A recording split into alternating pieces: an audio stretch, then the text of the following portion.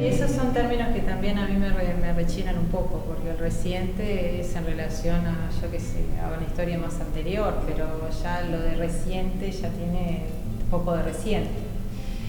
Y también por otro lado, yo qué sé, también es reciente porque todavía no se ha terminado de saber, digo, por ese lado también decís, bueno, empezás a descubrir cosas que te enterás porque sale determinado documento y aparece tal cosa y te das cuenta que está todo muy vivo también, o sea, porque no se sabe o porque hay posiciones muy encontradas o porque la gente no conoce y se empieza a interesar a conocer, entonces todavía es reciente pareciera, ¿no? Digo, también para la gente que vivió de un lado las víctimas, esto sigue siendo muy doloroso, más allá de que por supuesto por las situaciones súper traumáticas que pasaron, sino también porque no se las ha reconocido como tales, porque no ha habido una reparación adecuada, entonces eso también los trae en el presente con un dolor y una vivencia de atrás, pero que vuelve enseguida al presente, porque sigue estando presente. Entonces, para que esto sea historia, tiene que haber ponerse sobre la mesa todo lo que pasó, contarse, saberse. Y bueno, después ahí sí, después como que podemos empezar a transitar con otro ánimo, pero mientras tanto, que también desde el otro lado, desde los militares, haya todavía tanto apego a un pensamiento tan golpista, ¿no? Digo, tan de acuerdo con lo que hicieron y tan reivindicando lo que hicieron o minimizando las barbaridades que no tienen más remedio que decir que están, porque fueron. Entonces, es todo muy, muy, muy presente todavía.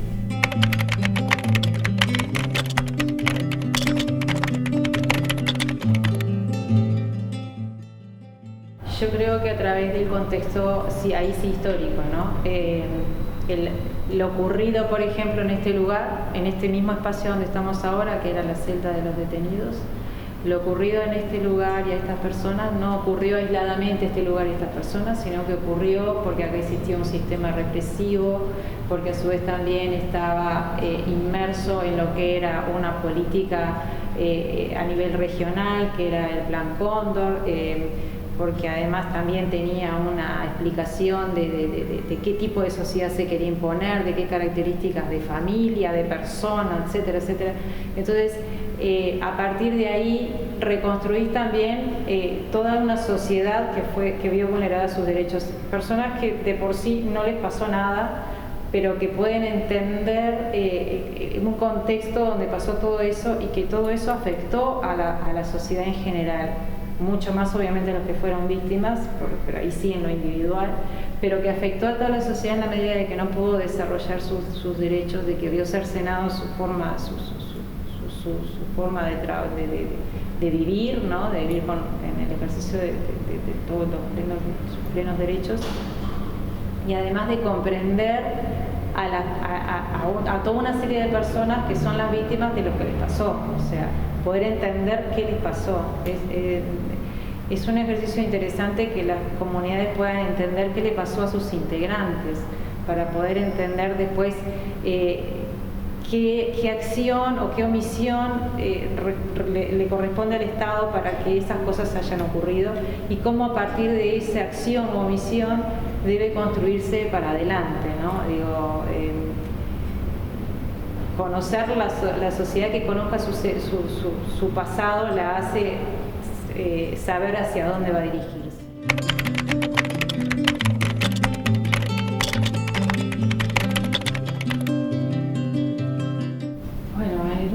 Hemos estado silenciados por muchos años, ¿no? Generalmente la construcción de la memoria, más allá de la memoria inmediata de las personas que vivieron lo que vivieron y que sus familias o su entorno más inmediato pueda sostener esos relatos para transmitirlos y para que se sepa. El hecho de que durante muchos años acá no se podía investigar causas implicó que no se hablara del tema. Acá no había pasado nada, lo que pasó quedó para atrás y acá no se habla, porque la forma de poder hablar y de investigar el tema era a través de las causas judiciales. Pasamos muchos años con una historia oficial de un enfrentamiento entre dos bandos, entre militares y guerrilleros, donde la sociedad miraba o no tenía intervención ninguna. Parece que esa guerra interna fue solamente entre ellos, hubo bajas de un lado del otro y punto, se terminó. Y entonces ahí todo eso justificaba el dar vuelta a la página y el que hablemos de otra cosa. Pero como la memoria insiste en instalarse y además las víctimas reclaman su derecho no solamente a contar lo que pasó y a reclamar la responsabilidad de los responsables, sino también a que sean reconocidas como víctimas y no sea aquello pasó esto y tuvo no sé quién sos. Entonces eso creo que se mantuvo latente durante todo ese tiempo de quietismo, ¿no? Y empezó a aflorar a partir desde no hace tanto tiempo, con los relatos también de mucha gente que, siendo experiencias tan dolorosas, vivencias tan dolorosas, costaba mucho sacarlas hacia afuera. Incluso gente que recién ahora está contándole a su propia familia. Entonces, esas cosas que son tan difíciles de sacar de sí mismo y contarlas, después cuando se empieza a dar no solamente hacia la familia, sino hacia afuera. Entonces esa necesidad de contar y de decir esto fue así y asá, también movilizó a otros colectivos para que esto también empezara a conocerse. Y bueno, todo se fue dando como de a poco, ¿no? Parece que estamos en relación al contexto regional atrás todavía en esto, ¿no? Digo, sigue como muy arraigada esa cuestión de que fue una pelea de dos bandos y sigue sin saberse la vinculación de los civiles que sostuvieron la dictadura, sigue sin saberse mucho la responsabilidad de las empresas o también de qué papel jugaron otro tipo de represión, como fue la persecución ideológica, las destituciones, la vigilancia de la sociedad, y bueno, y una característica que fue la del Uruguay, después de ser el país que tuvo la mayor cantidad de presos por habitantes en relación a los habitantes que tenía el país. Entonces, hay como toda una historia hay una que no está ni siquiera contada y hay otra que se minimiza, ¿no?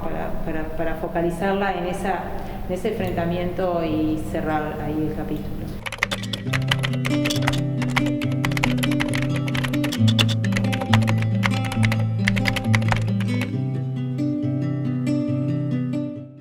Sí, en realidad a través del sitio y para lo que refiere a esto como recorrido, como un acercamiento a esa historia y a contar lo que pasó en este lugar y un poco a partir de ahí contar lo que fue la dictadura, cómo se vulneran los derechos humanos, la importancia de mantenerlos, de conocerlos y defenderlos.